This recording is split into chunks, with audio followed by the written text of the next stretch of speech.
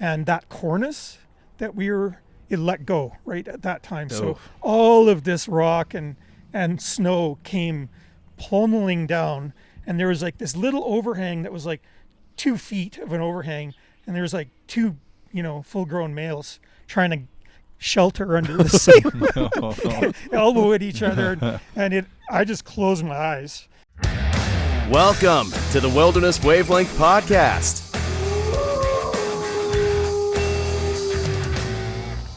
Let's get into it. This is another episode of the Wilderness Wavelength Podcast. Welcome to it. My name is George. Happy to have you guys with us today. Exciting episode. Scott Sunderwald back on the show. Hello. Scott, you're one of the most requested guests on the show. Everyone loves you. Jeez, you're making me blush. And Aaron Jones back. Welcome to the show, Aaron. Thank you. Aaron, last time you were on, you had retired that day. That's true. Yeah. What's how's retired life treating you? Oh, it's good. Done a few fun things. And on a paddling trip last week, going on a paddling trip Friday, Saturday, Sunday. Nice. Where'd you paddle? Paddled the Blackstone last week, and we're doing the McLeod this week. Oh, perfect. So where are you getting in on the McLeod then? I can't tell you all these things. Secret spots. I feel like you said the Blackstone last episode too was your favorite river, if I remember correctly. That's true. Yeah. You can follow along with Aaron, aj.fishing.alberta on Instagram or flyfish-bowhunt-alberta on YouTube. And, of course, Scott, Northern Rockies Bushcraft on Instagram.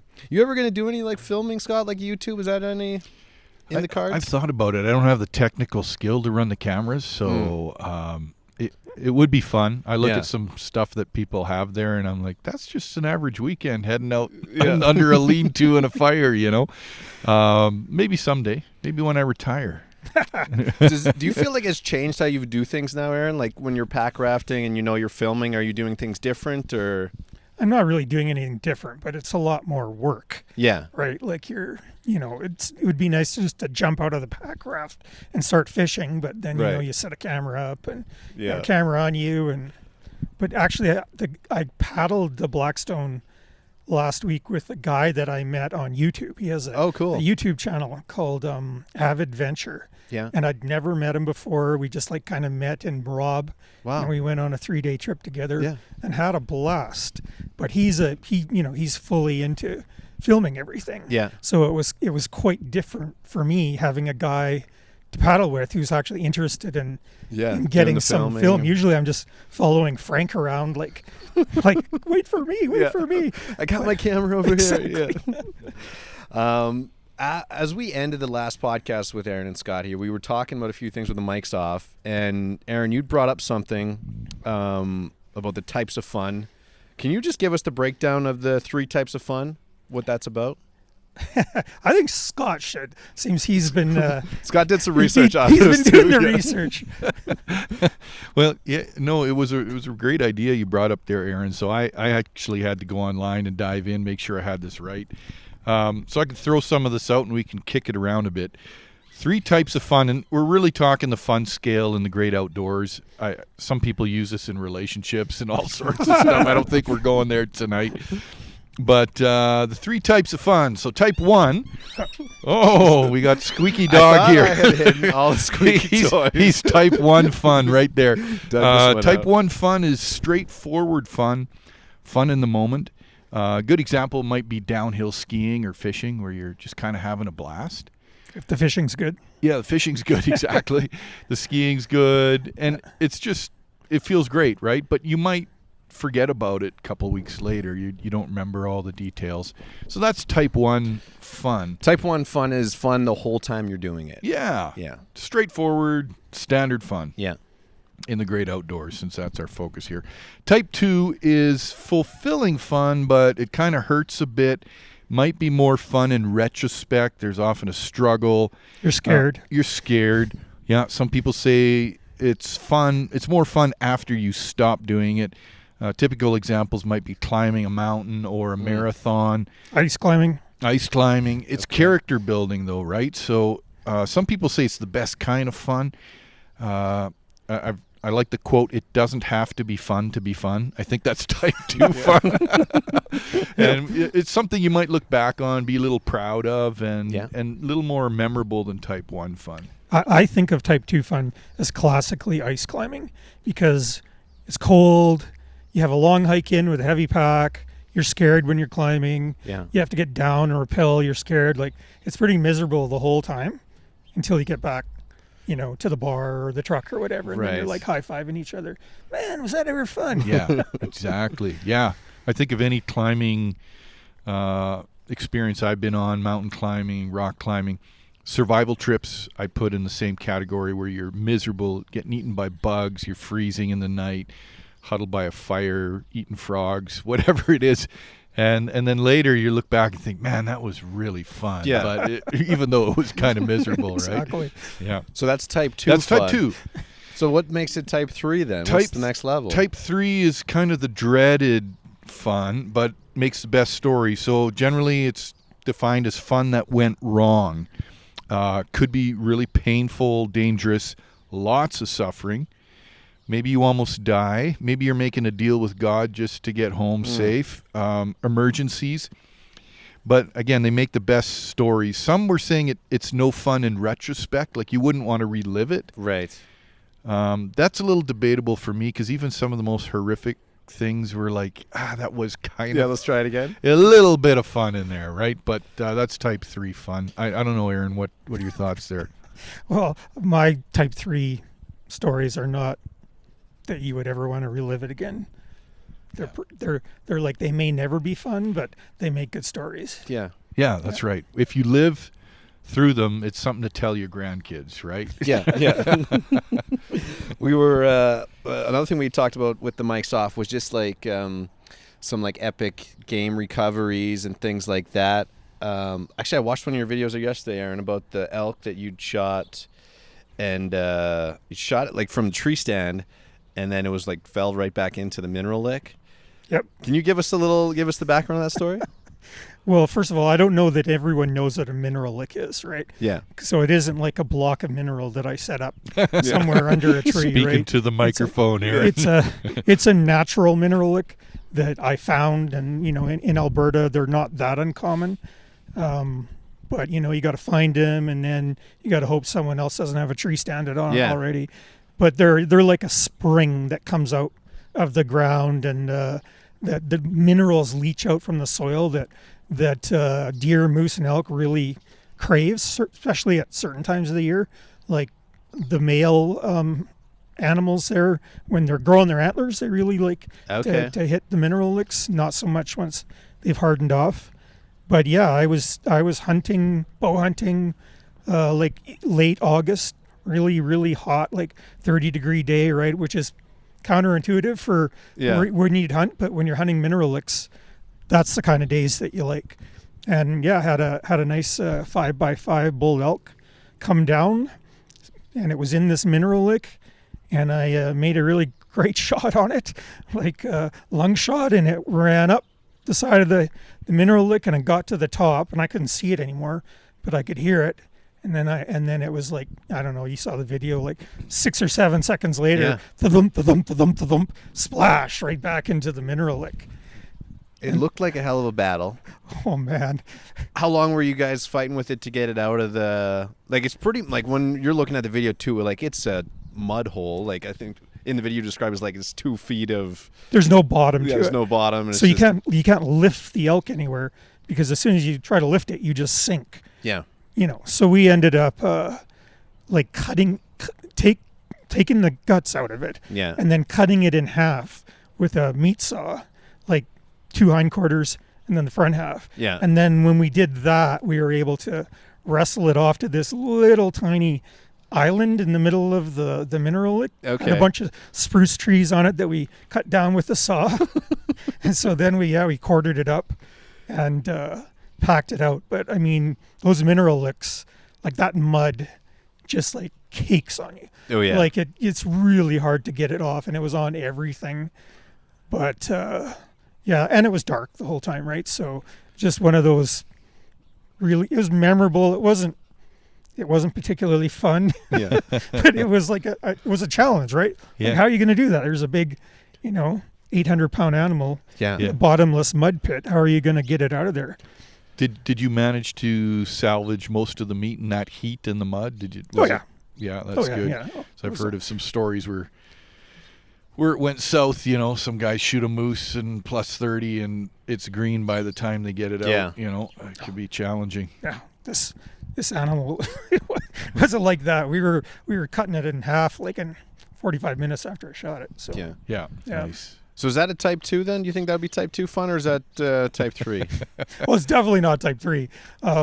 Yeah, I mean, it's pretty close to type 1 fun, like hunting. You get a bull, you shoot a bull elk with your bow. That's pretty amazing. Yeah. Kind of a little bit of a challenge to get out of the mud hole, but a little dirty, but I still think it's closer to type 1 than type 2. Have you guys ever not shot because of like a location, like say you see like a moose in a muskeg or something, and you're like, it'd be too hard to get it out? No. Yeah, I don't think I have, and well, you remember my hypothermia buck story, right? Yeah. Which I almost died getting it out. So there's my answer.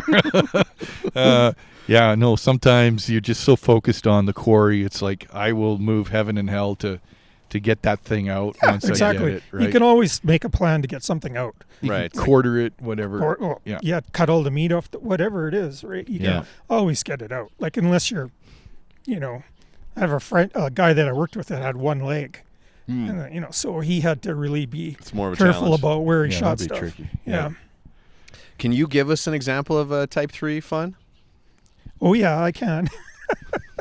I have a couple, but I guess the one that comes to mind first was a fishing trip that I went on with my brother and my best friend, Kurt, my brother Jason.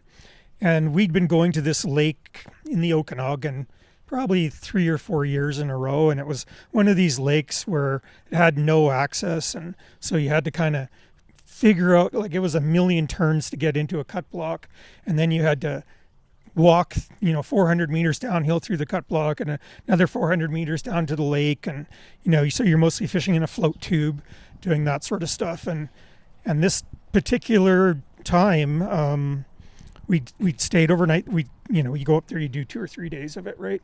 We're in a camp tent, and we got up in the morning and we did the hike down into the lake.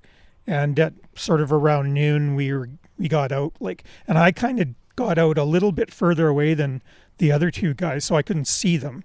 And then we walked up to the camp and we had lunch and we came back down, and I was just like getting into my float tube. I was just sort of getting organized.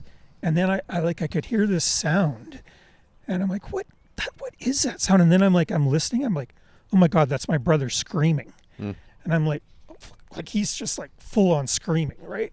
Which is something that, I've never really heard before. And so I run over there and I get to where I can see him, and he's kind of like in the lake, but it's only like a foot deep, and he's just screaming in pain.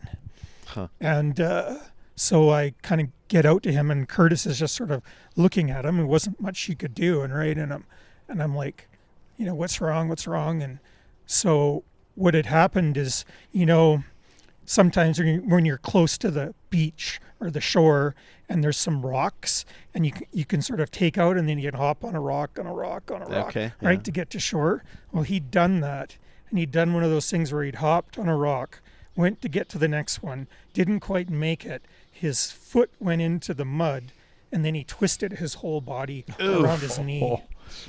And so, and we were like 2 hours drive from anywhere, and of course, like 800-900 meters uphill through the forest and the cut block. And if you've ever walked through the forest and the cut block, it's not the easiest. Yeah. And so then it was like, what are we gonna do, right? And so we were able to get him to shore, which in itself was hard. And then once we got him to shore, he had to collect himself for quite a while. And then we tried, the whole thing where you one arm around each guy's shoulders, but he couldn't do any of that, anything. And he was just screaming in agony. So then we're like, okay, well, what's the next step, right? Do you leave him here and go initiate a rescue, right? Is it ground? Is it air? How do you do that? And keep in mind, this was probably at least 10 years ago. So you didn't have in reaches and spots and any of that stuff. And So then I'm sort of thinking about it. I'm like, you know what, Jason, there's just sort of two things we can do. One is we can leave. Well, I'll leave and go somewhere where there's cell service, and then we'll initiate a rescue, or I'll carry you out. Mm-hmm. And he's like, you can't carry me out. I'm like, I could carry you out. I think I can. I'm like, it might take a while, but I think I can carry you out. And he's like, well, let's try that. So that's what we ended up doing. Wow. It's my 180-pound brother. Yeah. Packed him on my back. You fireman carry, like over the shoulder, or No. what? Piggyback? Piggyback was the best way, because Really? his knee, it felt really good when it was bent. Like, not really good, but he wasn't screaming. But when it was straight, which is what you were Okay. doing when we were, then he couldn't take Right. that Wow. at all. Wow. So yeah, it took us about, I'm thinking, close to 2 hours to get him out of there. And we could only, go 50 yards, 30, 40 yards. And then it was really good that Kurt was there, because we had to put him down in a way that you could get him back up and piggyback him, right? So you couldn't put him on the ground. Like, you had to find something to get his ass off the forest a little bit, and having Kurt there helped a lot. So yeah, we did that. We got him to the truck. We got into cell service, called his wife, and she met us, and she brought him to the hospital. But we have never been back to that lake since. And really? and he'd been fishing it for like 10 years. Yeah. And we've never been back since. And for probably 2 months after that, I had like PTSD from like hearing my brother scream. Yeah. I just couldn't get that sort of that sound out of my head. Sheesh. And that's like, yeah, it's a good story, Yeah. right? But it's not something that you really want to do again. And like I said, we've never been back there Wow. since. And that's why that's the reason. Yeah, bad juju. Good fishing in that lake? It was, yeah. That's why we went there. I mean, you had to make a lot of effort to get there, right? So, Yeah. Scott, you write down a couple Yeah. 3 fun stories? Yeah, I've got a few. And looking back on this podcast, even I think I've said a few, so I won't repeat those. But on this podcast, I did talk about the hypothermia buck where I almost froze to death. So go back and listen to that one. The machete to the leg would probably That's in our be a knife type episode. 3. Yeah, almost bled out. Poisonous plant at age 16 where I stopped breathing. That was really fun. And hold on a second.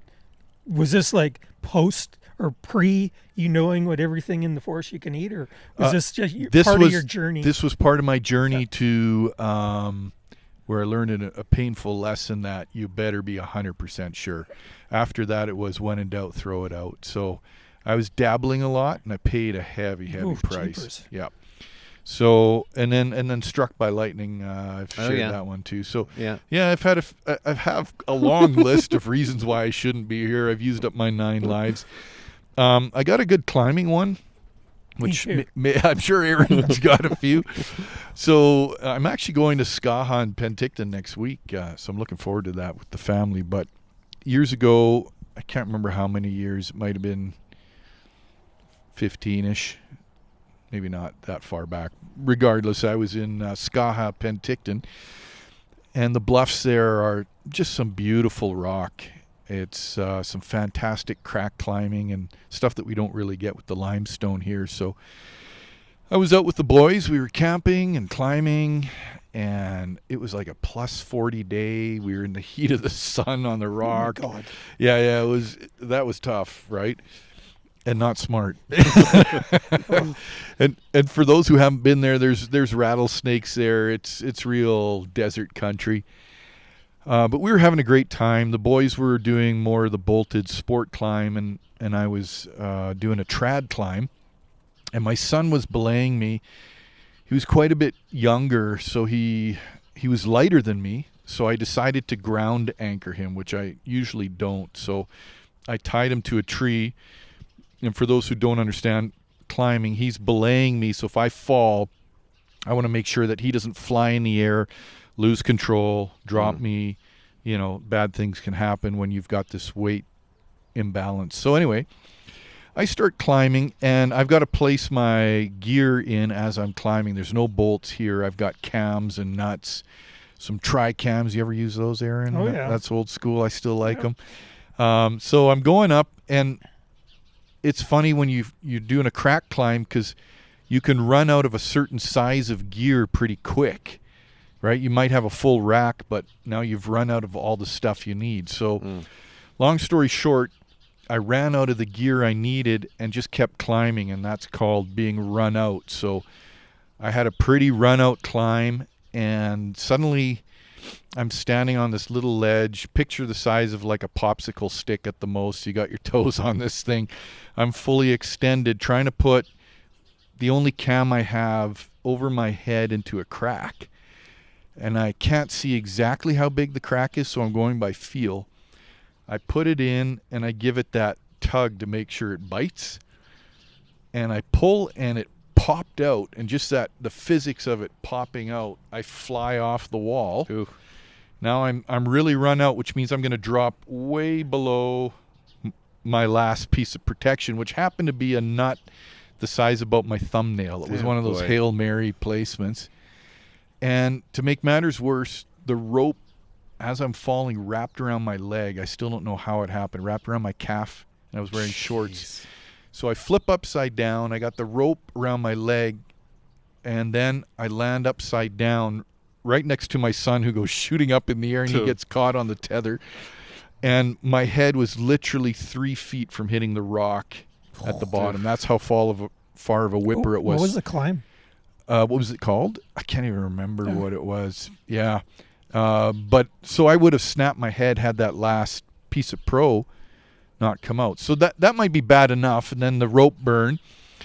The rope burn was bloody red. It was actually bleeding from the wrap around my calf. And I made myself get back on the horse and do the climb again. Oh, and do it to the top. Wow. Just because I didn't want that rock face to beat me. But that's only half of the story. Okay, this is where it gets really bad. We ended up camping, swimming, doing all that fun stuff. But this rope burn, actually on my left calf, imagine that top layer of skin is just off. So anytime it brushed against something, it was horribly painful. So I went to the pharmacist, and I said, look, here's the problem. I showed her the rope burn, and she said, oh, here, you need this. It's called liquid Band-Aid. It's like a second skin. Put it on top, and it'll protect it. And I thought, brilliant. This sounds great. So I painted it on, and it was fantastic because I had to go back to work, and I could wear pants again. The pant leg could rub against this thing. So days went by, and I kept faithfully putting on the liquid Band-Aid. One day I'm sitting at work, and I'm like, what in the world smells like rotten fish in the office? I was like, did somebody bring an old tuna fish sandwich and leave it here? And then it was so bad I couldn't work. It was like, this smells like rotting meat in the bush, if you've ever smelt that. Yeah. And so then I'm like, I just can't work. And then suddenly the light bulb went on. No, that can't be my leg. And so I picked up my leg and smelt my calf muscle, and it smelt like rank flesh. So I dropped everything, went straight to the family doctor. He looked at it. He said, we need to get you to see the surgeon this afternoon. Like you could get gangrene, you could flesh-eating disease, all sorts of stuff. And I said, the surgeon, can't you just like do a local freezing and tear it off? And he goes, no, this will be so painful, we have to put you under. So you have to see the surgeon this afternoon. So I go see the surgeon in Hinton, Dr. Pullis, and he comes in. He's in his full garb. He's just been doing who knows what, taking out somebody's appendix or something. And he sits down. He looks at me. He looks at his watch because he's got another surgery, and he says, show me the issue. So he's sighing and humming, and he looks at me and he goes, okay, how much pain can you take? And I was like, I don't want to hear that from a surgeon. That's not the question. That's not the question you want to hear. And he goes, so we could do this the long way, which means putting you under and finding a spot, or we could do it right now if you can handle a lot of pain. And I said, so you're not going to put any painkiller? He goes, no, we're just going to tear that off. And I was like, oh. And so I don't know why, but I said, okay, go for it. Oh, jeez. And so he said, grab my arm, and the more it hurts, the tighter you squeeze. Yeah. And so then he he took his fingernails and started peeling this off. And the only way I can describe it would be like tearing your skin off your calf muscle. Which is what you're doing. Which was what I was doing. Pus is flying out. It stinks like just rank. Tears are flowing out of the side of my eyes. I'm trying not to yell.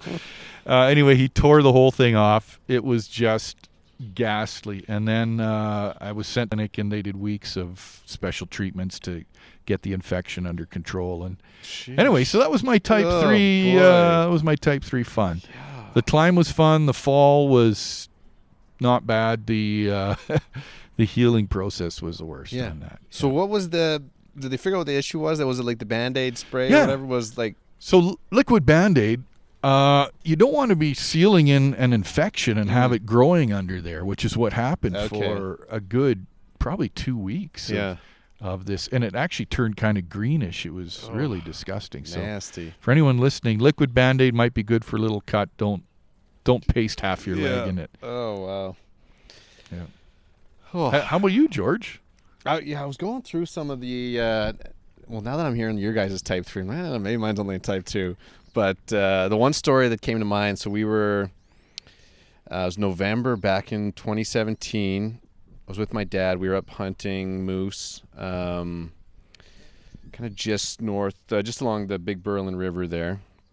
And so we had a camp set up in there, about -20 or so. And we took the snowmobile. We had one snowmobile and a little sled behind it. My dad was pulling. I was riding on the little sled. And my dad had set up a wall tent a few weeks earlier, so we were kind of all set up in there. And so we got in the first day, and that afternoon, we're like, okay, let's go see. There was one mineral lick out there that he's scoped out quite a few times, where there's quite a few moose tracks around. So went there, saw 2 bull moose at it's probably 3 in the afternoon. Dad shot the one, dropped instantly, so everything's going good right now. We go, and it was in the trees. It was a little tough to get out, but we were able to wrestle it kind of into a little open area there. And then by now it's like 4:30, starting to get a little dark. We're like, okay, and it's getting colder. It's about probably -25 now. So we're like, okay, we'll cut the moose in half. Drive. It was about an hour from where our tent was to where we'd shot it on the sled. We'll just drive back and drop the first half off, come back at the second half, and then we're smooth sailing. And while we're driving down this old kind of cut block area and break through the muskeg and just get soaked. We're just covered in water. The moose is half in the muskeg.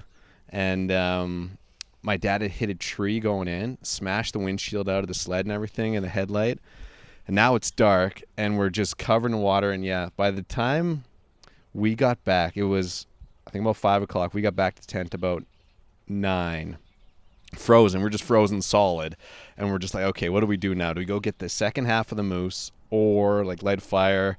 Because right now we kind of had a little bit of maybe momentum on our side or something. Like, if we don't go now, we're not going to go. So, okay, we'll go back out there. And we're heading back out, get the skidoo stuck back in the same muskeg hole again. And by the time we got the second half of the moose back, it was about 2 in the morning and -30, frozen solid. And just trying to start the fire in the tent was half hour. Just, you're shaking, you can't really feel your hands or anything. And the next morning, woke up.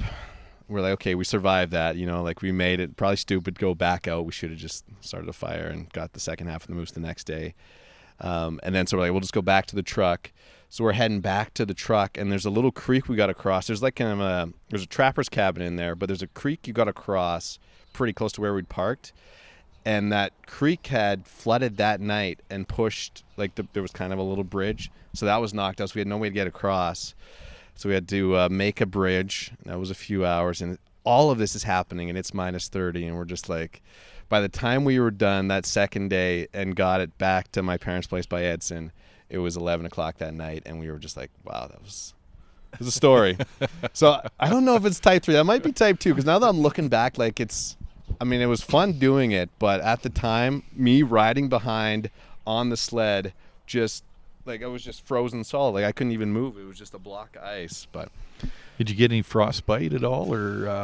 I think I got pneumonia from that. I'd went to the doctor like the next month, and I had like acute pneumonia. No frostbite, really. My toes now and a couple of my fingers get really cold really fast now. But as far as like anything, no real injuries. Dad got a little beat up when he crashed the sled because it was like we hit the muskeg and it kind of went underneath the tree, and that's what smashed the headlight and everything out. So yeah, it was an experience. How old was your dad back then? Do you remember? This would have been 7 years ago. So you've been like 63. Wow. Yeah. Okay, that's impressive. Yeah. Oh yeah, he's still going too. Like we were in that same neck of the woods this last November. I'd got drawn for moose up there. Yeah. Same area. We moved our camp a little different spot, and we kind of mapped in where we're not had to cross this muskeg area. Yeah. But yeah, when we were in there this November, it was like +5 or something. Like it was completely different, and we never came across a moose. So, nice. Yeah. No, my dad's still, man. It's like I want to get him on the podcast to tell some stories because he's got a few stories where he was in the Wilmore horseback riding. This was probably 20 years ago, so now, and the horse had fell back on him, and he broke his collarbone and dislocated his shoulder with a guy out there that's never really done any horseback riding.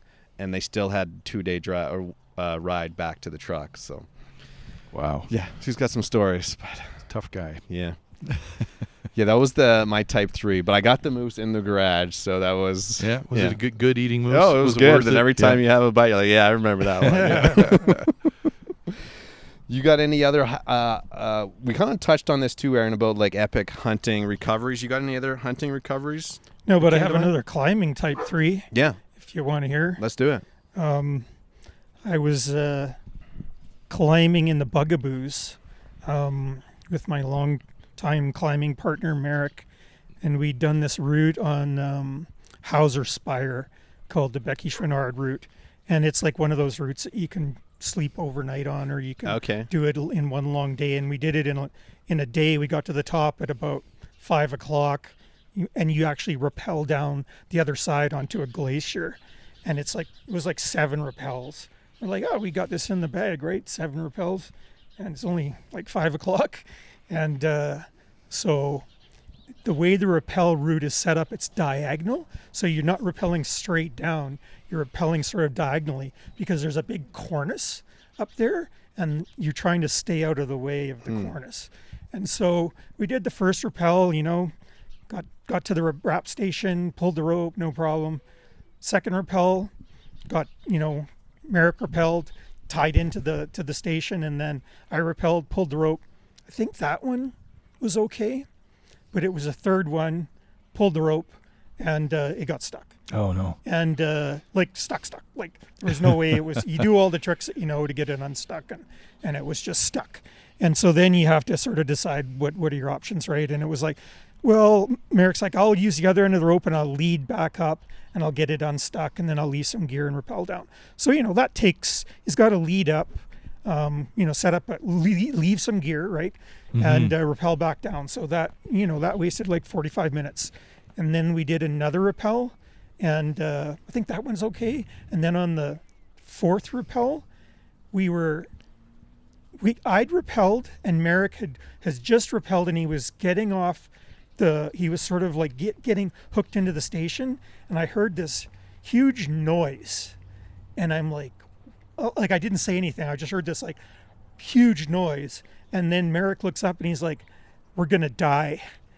And that cornice that it let go right at that time. Oh. So all of this rock and snow came plummeting down, and there was like this little overhang that was like 2 feet of an overhang, and there was like 2 full-grown males trying to shelter under the same elbow at each other, and I just closed my eyes, and you could feel like there was like ice that hit us and whatnot, but the main part of the cornice collapsing missed us because of the rappelling diagonaling, right?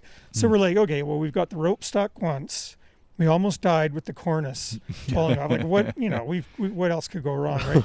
So then we do another rappel, and then we do this rappel where you're going from the rock to over like over like onto the glacier. So it's steep rocks, steep glacier, and you get right to the edge of a big bergschrund there that's like, it's like 45, 50 meters free hanging down to the glacier. That's how big the overhang of this bergschrund is, right, where the glacier sort of breaks up against the rock. And so we rappel down there. So we're not over the bergschrund, we're right on the edge of it. It's like the 6th of the 7th rappel, and we go to pull the rope, and it is just like stuck. Like No. it wouldn't go anywhere. Like it was just like stuck. And again, you go through all your bag of tricks about what you can do, and so we've decided that Merrick he's gonna prusik up the rope. You know what I mean, right? And that's like a labor-intensive job, prusiking up 60 meters of rope. And so that took him about close to an hour and a half to do that, hour and a half, something like that. When he got to the top, it was dark. So by this time we'd been like this easy 7, rappel, we'd been at it like 4 hours, and we still were like not on the glacier. And so he gets up there, he resets it and comes all the way back down, and we pull it, and all of the rope comes down, one rope comes down, but the other rope goes into that little bit of a dark gap between the rock and the top of the snowfield. You know what I mean, right? Mm-hmm. And it just went in there, and it's like, it's like that is like 20 meters up from where we are. And it went in there, and we're like, well, that's no problem. It's ice, right? It'll slide out of there. And so, a couple of tugs, stuck. So now our rope is like up and down and stuck, and it's dark. And the wrap off, like I said, the last wrap is just free hanging. And so you need like about 50 meters of rope to wrap down it, right? So then Merrick's like, well, I climbed up the rope for 2.5 hours on the prusik. You're going to go up there and see what you can do there. And I'm like, okay. So I have an ice tool, like a alpine ice axe, right? One ice axe. And I have those instep crampons, because we're just going fast and light, right? And you needed to be on the glacier to get up to the start of the climb. And so we had a little instep, which just goes on your right here. There's no front points. And this long alpine ice tool. And it's a snowfield. And there's like, it's just free soloing, right? Like Merrick's, I got a bit of a rope to go out on, but I don't have any gear to put in. So if I fell, it would just be all the way down, to however far above, right? So, and I'm going up, and I get like, I don't know, 10 meters up, and my headlamp dies. No. And it doesn't like die like, it didn't get dimmer and dimmer and dimmer. It just died. Like it went from full to nothing, pitch black. And you're like, you can't even like, it's so steep, I could barely even like do anything, right? And so then I have to like pull up another piece of the rope, lower it down to Merrick. He gives me his lamp, and you're trying to do all that when you're on this really super steep. And then I had to try to get it on my helmet with one hand, which if you ever put a headlamp on a helmet, it's really hard to do with one hand. So that happened, and then I keep going and going and going, and I get to the point where I'm about, I don't know, 10 feet like from where it goes down into that dark hole, and I can't go any further because when I'm hitting my ice axe, it's just hitting the rock, right? There's no more snow. It's just a thin layer of snow, and I'm hitting rock. So I'm like, as far as I can go, man. Like I'll reach up as high as I can, and I'll cut the rope. So that's what I did. I reached up high, stretched it, and I cut it with a knife. And then of course I had to down climb all of that I just up climb. Again, if you're a climber, like down climbing, especially like ice or snow, it just like super sucks. And so all of that happens, and I get all the way back down, and that probably took me, like that little thing there probably took me again an hour and a half, 2 hours, something like that. So it was like 1 a.m. We were both like just soaked to the skin from doing all this shit in this ice field, right? Or this snow thing. And then we had this free hanging rappel to get back on the glacier, and we didn't know how much rope we had. Right. So we sort of, the guidebook, it was like, it's 40 to 50 meters, like you have to like make sure you have that much rope. And we're like, well, we have like 50 meters of this one rope, but we definitely don't have that much, or 60, I think, but we don't have that much on the other one. So we're like, well, so we just like set up a rappel. And again, if you know, rappelling, like you had to set it up so your knot was way down below you, right? Like 5 meters below you. So you had to like lower down, and then you get on the rappel device, and then you go. And Merrick went first, and you couldn't, once you went over the edge and you're free hanging, you couldn't see, your headlamp you couldn't see whether you're going to make it to the glacier or not. And so he's like going down and down and down, and I can't see him. Into the abyss. He made it like we had 3 meters of rope left. Oh man! So then I went down, but then you're on a glacier, and you're like an hour walk from your tent on a glacier in the dark. So then it's like, do we really want to like walk on a glacier in the dark?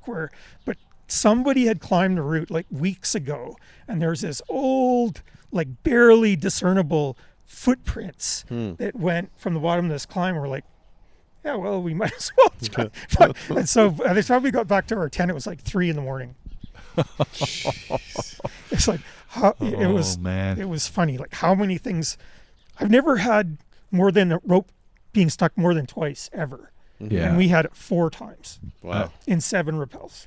Yeah, that's terrifying. That is actually my biggest fear when I'm climbing is a rappel rope that gets stuck, because you can lie awake at night turning that over in your head, how horrifying that is, because as you said, your options are pretty limited. If it's stuck and you need to get it down, you can't you've got to self-rescue. That's a horrific situation, right? Yeah, and in the dark. And in the dark.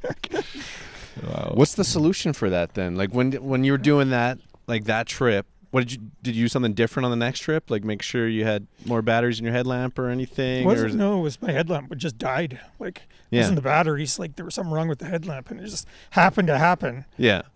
No, I mean, like part of the problem with that route, that rappel route is not there anymore. So after that time, they established a new rappel route that starts in a different place and goes straight down. Okay.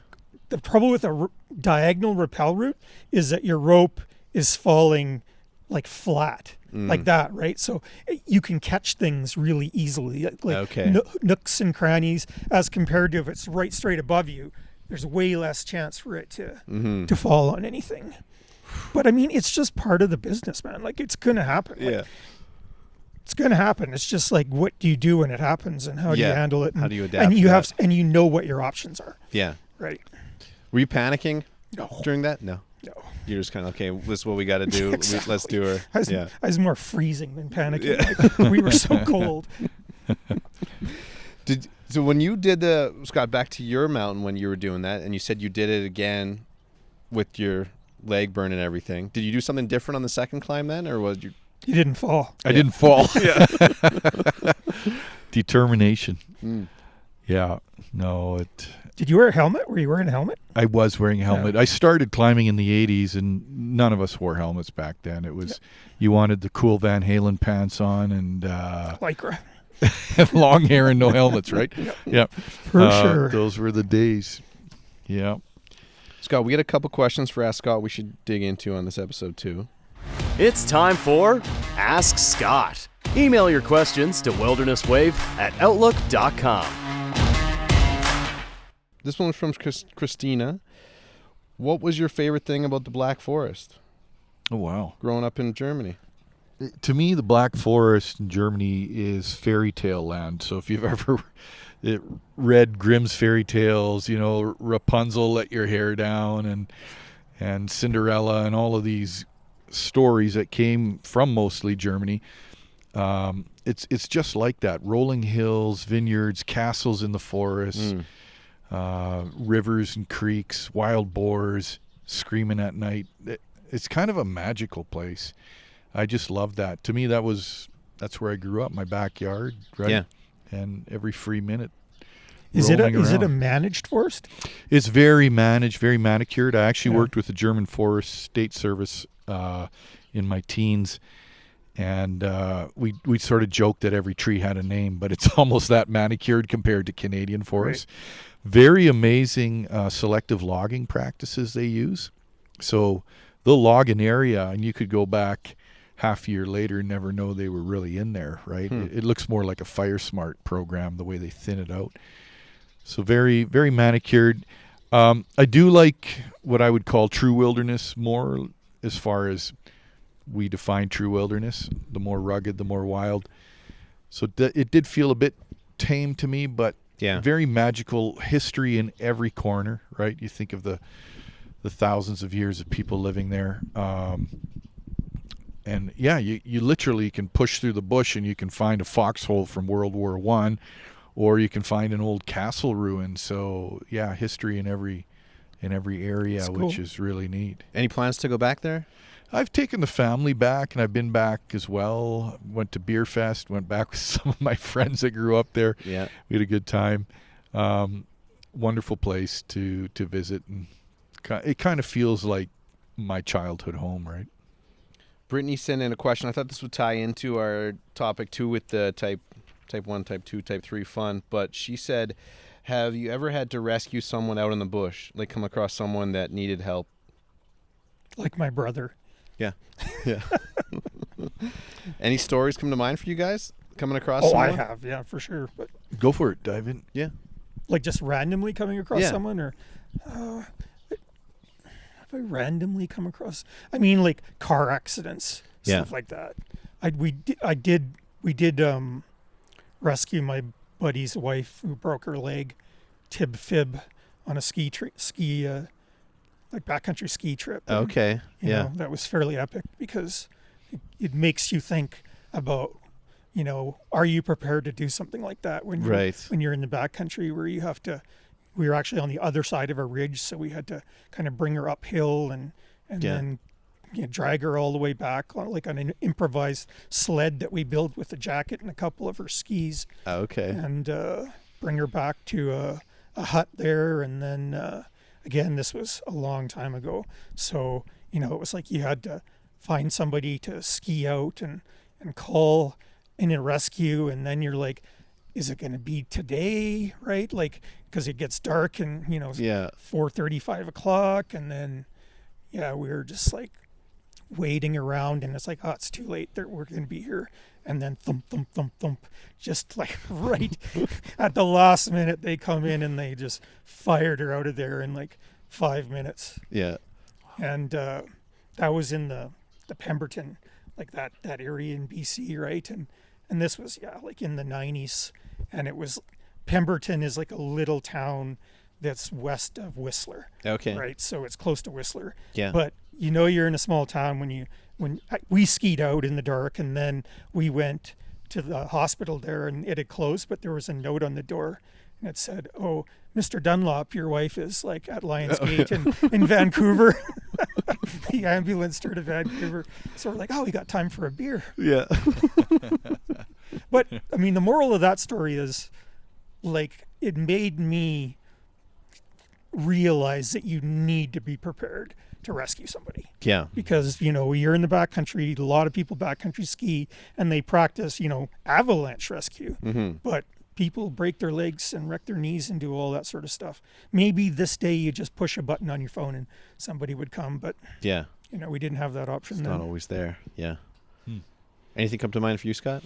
Running across? Well, the first thing, similar to Aaron, I've had 3 car accidents where I've helped people. One, I think the woman died. It was pretty awful. She pretty much died in my arms as they were cutting her out with the jaws of life. But that wasn't really a wilderness situation, but that shook me up for a while. Oh, yeah. And I was teaching survival back in, I think it was 91 or 92 in North Shore Mountains, Mount Seymour, group of grade 6 kids, and I took them out. They were rowdy. One kid, long story short, I could really go into details, but I won't. He got lost. We couldn't find him, and I was left. I was the only adult with a whole class of rangy grade 6 kids in the middle of nowhere. And again, this is before any proper technology for communication, so I had to solve the problem. And ended up finding his tracks, and he had crawled into a deep tree well, got stuck, and I could hear him screaming, just muffled panic screams. And if you've been skiing in the North Shore Mountains, the snow can get 15 feet deep, like the height of your of your garage, and he was down. He had crawled with snowshoes on down this culvert-sized tube. He was down in the darkness, just absolutely horrified out of his mind. And so he didn't fall into it. No, he had actually crawled into in. it. Yeah. And so I told the kids, I've got to go head first down to pull this kid out. If I get stuck, you guys have to take every shovel we have and dig basically this whole side of the mountain out to get us out or get. So it was a big risk, right? Yeah. I went down. First I got his hands and they were all slippery and he was just panicked. And then I grabbed his jacket and started pulling, and it pulled it right off of him because I couldn't get enough traction. So I had to get down, and I'm basically upside down, like blood running into my head.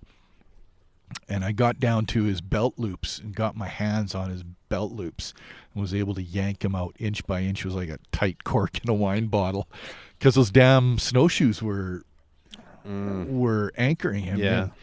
So we did get him out, and he was just beside himself. So yeah. Also rescued my wife on a climb, but we'll save that one for another day. Yeah.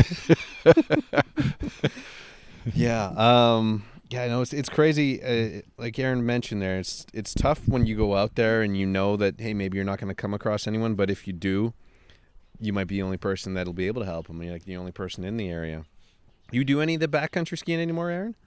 Is that... I stopped backcountry skiing when I moved here, and the ice climbing was world class, and backcountry skiing was not. Yeah. I moved from the West Kootenays, where again you get the 10-15 feet of snow and people die in tree wells at a regular interval.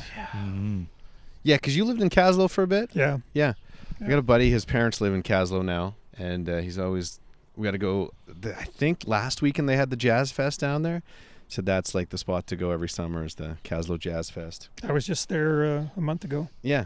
It's great mountain biking there. Yeah, amazing. In Caslow, but Nelson as well. Yeah, that's where my buddy lives. He just lives just close to Nelson there, and just he was in Edmonton, and he says we gotta move out to the Kootenays. We do have a question of the week too. This is kind of teeing up for, we've got a guest coming up in the next couple episodes that had a pretty good bear story. So the question of the week is, what's your best trick for keeping bears away? You guys got a trick for keeping bears away? Make as much noise as possible? Yeah, mine's not going to be flashy. I just do the noise. I'm not the yo bear guy. I don't like calling yo bear. I've had too many people startled by the term bear being yelled out when you're hiking. Yeah. But I do a lot of hellos or hey ho or something like that. And I've learned to trust my spidey senses. You know, sometimes you're in a spot and the bush is thick or the water's running beside you, and those are times to call out. But yeah, that's generally what I do. Phil wrote in saying, I didn't bother Googling this because I was going to ask you. He said if you pee around the tent, is that something? You ever hear about that? Stephen Herrero actually studied that. So this is crazy. You can verify this later. I'm going to have to look it up. But Stephen found that male urine was a deterrent for bears, but female urine wasn't. It was bizarre. I know if I've shot... I'm skeptical. Yeah. I know if I've shot something for hunting and have had to run back to the truck, sometimes I'll pee around it. Really, eh? Yeah. Or you can leave a piece of clothing on it. I've had coyotes get my food before, my meat before, so anything you can do to leave that human scent to maybe ward them off a little longer, right? I don't know. They've done some studies about this in the States, because there's this whole question of, should you pee off a tree stand or should you not when you're in a tree stand? So should you keep a pee bottle or should you not? Right. And it's pretty conclusive that the deer have no issue with pee. So I guess I'm a bit skeptical that a bear would, when a deer, which is basically everything's trying to kill it. Yeah, right, interesting. Doesn't. In fact, some guys use pee to freshen up like their scrapes that they make, right? So they pee in it themselves, and deer seem to have no issue with it. Yeah. There you go. You can save on that doe and heat urine. Just use your own. Yeah, exactly. Yeah. I can be wrong. I'm happy to be wrong, but I'm just fairly well read on the subject. Actually, no. I have read the same thing, Aaron. But I did read that Stephen Herrero talked about difference between male female urine. So I'm gonna have to look that up. Yeah, it won't hurt. A lot of comments came in. make a lot of noise was a big one. Mini air horns. So I think that'll be, that's something too. I've used them on black bear and grizzly with no effect. No effect? I will not use air horn. Let me say something here. I think you can use an air horn to let bears know you are coming. I know people who have done salmon surveys will use them. They'll blast them and just to notify the bears, hey, we're coming. Yeah. That makes sense. But I've used them on a grizz in front of me. The grizz wouldn't even look up at me. And I did the same thing with the black bear, and the black bear didn't even look up. They just kept feeding. It wasn't scary enough for them to I wonder do if anything. it depends how used they are to humans. Could be. Yeah. Yeah. Mm-hmm. Aaron, you mentioned tree stands too. I know we're getting it's mid-August now. You been following, you got a few tree stands set up. You've been checking your trail cams and stuff? Or? Not last weekend, the weekend before, spent all day putting up a tree stand. Okay. Like a nice built one. Yeah. Yeah. Where's that again? Yeah, where's that GPS at? Yeah. It's in the bush. You were saying you got 40 tree stands or something? 41 now. Yeah. What are you hunting for this year? Well, that particular tree stand, it's elk. Okay. Yeah. Yeah. And then what is archery season starting? Beginning September or October 25th. Oh, okay. Sunday. Yeah. Wow. Yep. And then Scott, you got drawn for elk this year. Cow elk. Yeah. Cow elk. Yeah, I got Which cow elk region? too. I'm way up north. Oh, way up north. Though. Yeah. Yeah, I got drawn for cow elk just 438. Is that the one right there? Yep. It's just close. Between Catamount and here. Yeah. It's 438. Yep. Yeah. You know any good tree stands Cow in elk? that area? Cow elk, yeah. If you ask me moose, I'd be able to tell you more. I didn't get drawn for moose, unfortunately. But and then I'm got drawn for muley deer too, just north of town. So 344. Or? Yeah. Yeah. Yeah. There's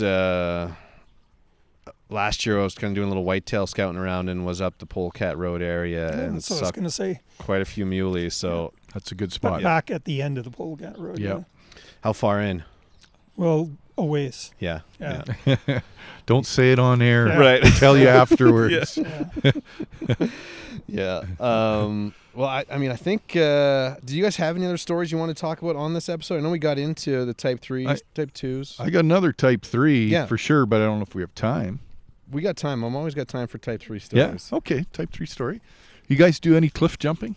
Did you ever get into that? For a while when I was in my 20s. Yeah. Yeah. Yeah.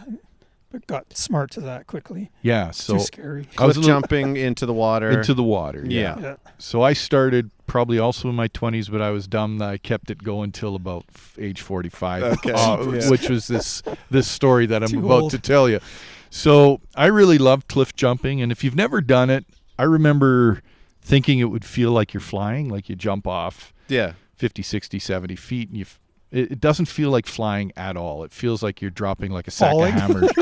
Yeah, it's that impending doom feeling. Yeah. And then you hit the water really hard, and it took me a while to learn, you need to stand properly, protect your feet.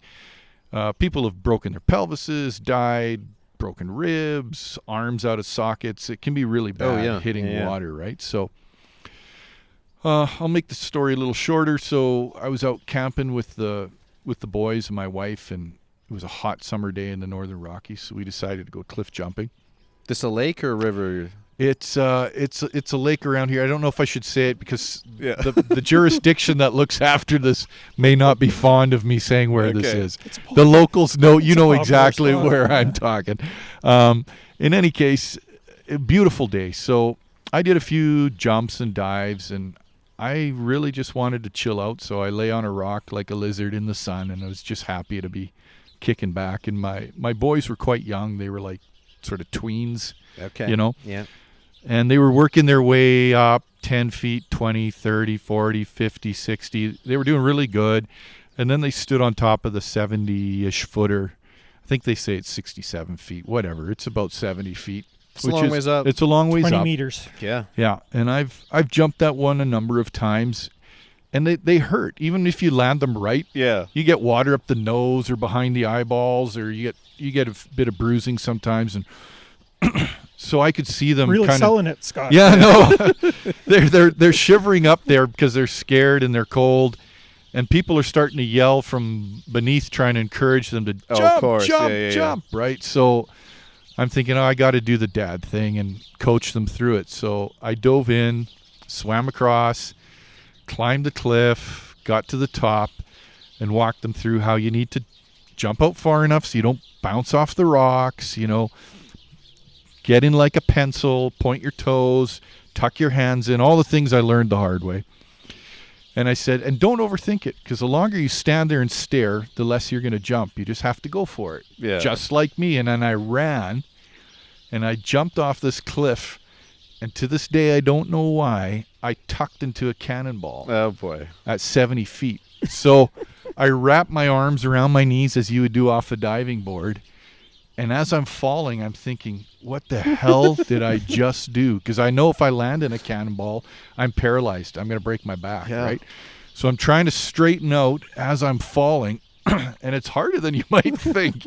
That water's coming quick. You're dropping like a sack of hammers. So I let go, and I'm just getting my legs straightened out, and I got kind of in a lazy boy position like I'm sitting here right now, and I smacked the water straight on the tailbone. Oof. I blacked out, went straight under, and I was unconscious under the water. Wow. I came to, and I literally saw the light of the water above me, but I couldn't feel my legs. Ugh. So I used my arms and paddled to the surface, and I was so winded. And some people had seen me and came with a rubber dinghy to rescue me, hey? And male pride kicked in. And I said, no, I'm fine. Yeah. And I, just using my arms, I swam back to shore. And I crawled under these trees, rolled around in the moss, moaning and groaning. And my wife was like, what, are you okay? And I'm like, no, I'm not okay. Like you ever been punched in the chest? Yeah. Yeah, that sort of winded feeling. And so she's like, we need to get you to emergency. And I'm like, yeah, I probably need to get to emergency. Yeah. So we managed to hobble me back to the vehicle, and my feeling was coming back in my legs. We got to emergency, and the doctor proceeded to give me a lecture about cliff jumping. I'm like, I don't need the lecture. I just need you to tell me if I've done permanent damage. And he did all these tests, and he goes, you're really lucky. You could have died. You could have broken your back, but you've got severe whiplash. He said, I'm guessing it's going to take you about 8 months of recovery. Wow. And my whole backside went blue, my whole legs, and like colors of the rainbow. Yeah. I got pictures. And he was right. It took about half a year. I had to sleep in kind of that lazy boy position with pillows. Multiple trips to chiropractor.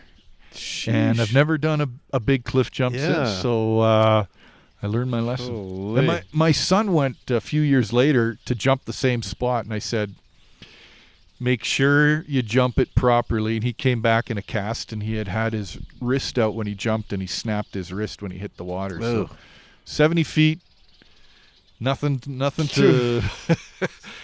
nothing to take too lightly. If you hit it wrong, you can do some major damage. Wow. So that was type 3 fun. I would not redo that again. No. For any money in the world. No. But yeah, lesson learned. Whew. Yeah. It's a whole thing now, hey? Oh, like yeah. on Instagram, like they're doing the death dives, right? Yeah, So yeah. they're going in like face first, sort of touching your toes. Yeah. But going in face first. Apparently, it's better than doing it just like straight on, feet first. Can't imagine, man. Just even the whiplash to your head if you do it wrong. And They're throwing big rocks to break the surface tension of the water, and yeah. Oh, wow. No, we had a young lady in town here, split her pelvis, had to be bolted together, and it wasn't even half that tall. It was, so you can do a lot of damage fast. Yeah. Did your kids jump after you got hurt? Were they? No, they were like, heck no, we're not going to jump. So, and I'm glad they didn't, because I wouldn't have been able to rescue them if something happened, right? Oh, yeah. I'm scared of heights for the most part. So we did a little cliff jumping for my bachelor party in the Shuswap, and there was kind of like, there was 3 or 4 different levels, and I got to about 30 feet. I'm like, that's as far as I'm going. It was fine. But yeah, there was guys going. I think it was 60 feet was that one. And after a few drinks, people are like, oh, I got this. Like, I don't know, man. It's a long ways down, and I can't swim over to rescue you. So, yeah. Aaron, did you have any other stories you want to talk about on this episode? Did I talk about my being charged by a bear? Or you just reminded me of. No, Tell us we about haven't being heard that charged one. by a bear. Oh, yeah, this is I've got a million bear stories because I'm a forester, but this is, a story of. I don't know. I felt stupid at the end of it, but this was 2 years ago. It was one of those things where it was a Sunday and we didn't plan on going hunting, but then my son was around. I'm like, you want to go out for the afternoon? He's like, sure. And I have a lot of tree stands down in the Cadman area and a couple there that two people can sit in, right? And I'd taken my crossbow, which he was going to shoot, so I didn't have a gun. And I also didn't have a bear spray. So I right away, walking around in the bush in Cadman, where there's a lot of grizzly bears, that's not a smart thing to do. And we got to the bottom of the tree that we were going to climb up. And, as you do, you take your pack off, you change clothes, you get into warmer clothes, put the crossbow down, you get the ropes you're going to bring up. We were doing all this stuff. We'd been there like 5 minutes, and all of a sudden there was this enormous roar. And my first thought when I heard it was, it's a moose. It kind of sounded like a moosey kind of sound. But then I looked up, and there was a big grizzly bear, like full on charging right at us. It was like, when I saw it, it was maybe 30 meters away, 40 meters away. So it came right at us. I waved my arms in the air and I started yelling at it, and my son got behind me and stopped about 10 feet, an honest 10 feet, like super, super close. Sheesh. And doing the classic jumping up and down on the front paws, snapping the teeth, making all sorts of noise. And we just sort of slowly started to walk backwards and took off, went about 10 yards, turned around, charged us again. So we did the same thing, yelled at it, turned around, went off about 10 yards, did the same thing again, third time. And by this time we'd backed up, probably 10 meters.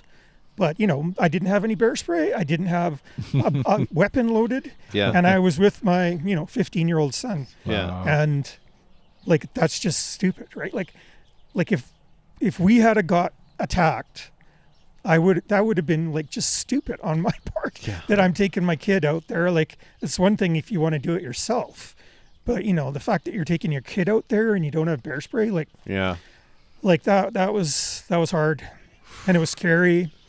And the funny part about it was that when the bear had left for what we thought was the final time, we were both shaking so badly. I was trying to get my crossbow loaded because I thought, what the hell knows? I was just shaking so bad. And then I also couldn't walk for some sort of reason. And I'm like, what is going on? And I looked down and I'm all tangled in that rope that I hooked onto my crossbow to bring up. So just walking backwards, I couldn't move. I was stuck. Trapping And yourself. I'm shaking. And Man, you guys got fortunate there. That could have been so bad, eh? yep. Yeah. And then the happier side to that story is we went up in the tree and we set up, and a little buck came along about an hour and a half later, and my son shot it with his crossbow. Oh, perfect. Yeah. So I'm like, you had the two enormous adrenaline dumps, Yeah. right, in a 2-hour period for two totally different reasons. Wow. Yeah. But I would have been able to use my bear spray. Maybe not the first time, but I definitely would have easily the second and the third time. Yeah, no Yeah, kidding. and Is that something you carry with you on your tree stand and stuff now, like bear spray, or? yeah, I try to. Yeah, I'm way more fatalistic when it's just me. Yeah. But when you have your kid out there, Yeah. It's nice to have that with you. yeah. Oh, crazy. We're going to be talking bears on an episode. I know we keep promising it. It's coming up later this month. Hey, Scott. We've got a... That's right. Yeah, we got Morris. Morris Archibald. We got him to tell his Oh, stories. I remember that day well. When he came to the office and he's like, "Look at my shoe. It's got a hole in it." I'm asking him to bring his boot into the Yeah, podcast no, so we really? can take a look at it. Perfect. Yeah. Yeah, that'll be good. We got that coming up. If you have a question or a story you want to send in, wildernesswave@outlook.com. Best way to do it. Aaron, you got any videos planned in the future that you're I'm releasing? working on one right now, as a matter of fact. Yeah, we did that pack rafting trip we did Shannon and I did in the middle of April on the Athabasca. So I'm 11 minutes into it. Perfect. Nice. You'll be able to see that, and check out that elk one we were talking about earlier on with in the mineral look. It's that video. Everything happens quick, Like I think there was like 5 or 6 deer walking through there, and then all of a sudden it's like elk there, elk down. Yep, it all happened really quick. Yeah. Yep. Some very good videos on there. Flyfish-bowhunt-Alberta on YouTube. Also at aj.fishing.alberta on Instagram. And Scott at Northern Rockies at northern.rockies.bushcraft. Are you doing some, are you heading to Penticton? Are you doing anything? Yeah, there'll probably be some rock climbs. Hopefully I won't do another crazy trad climb. Yeah. I don't want more type 3 fun. No cliff jumping out there? Yeah, maybe some type 2 fun. Yeah. Yeah. That's the thing. I think that's one thing that if we can gain anything from this episode, is like the type 1, it's fun the whole time you're doing it. Type 2, it's not fun, but you're glad you did it in the end. The type 3 is, there's some, we've heard some crazy stories on this episode. Stuff you don't really want to have again, but it's a good story. It's a good story, and yeah, it's a lot of these things can be like real life changing when you look back at them. You're like, oh yeah, that's like changed how I do things now, or changed how I view the world even, or so yeah, if you have a type 3 story that you'd like to share with us on the podcast, by all means get a hold of us. Yeah, perfect. Well, thanks for coming on again, Aaron. We appreciate it. We want to talk bow hunting, and then we got a few hunting episodes I want to do this fall. What do you do in a tree stand to stay busy? You reading? I do that. I read. I play Candy Crush on my phone. Okay. I play chess on my phone. Yeah, you pretty much you got to do something. But yeah, reading a book is harder, because then once you see something, you've got to get the book somewhere, right? So I've shot animals holding my book in between my legs at the same time. Yeah, I want to try the tree stand thing. I just I always feel like I'm going to be too bored doing it, but I feel like if I can find the right spot, and then you won't be bored. It's amazing being in a tree stand. Yeah. Oh yeah, like you get to see things that you just don't get to see when you're pounding around in the bush. Yeah. Okay. Well, thanks for tuning in, everybody. We will be back again next week. Thanks, guys. Bye-bye. Wilderness Wavelength.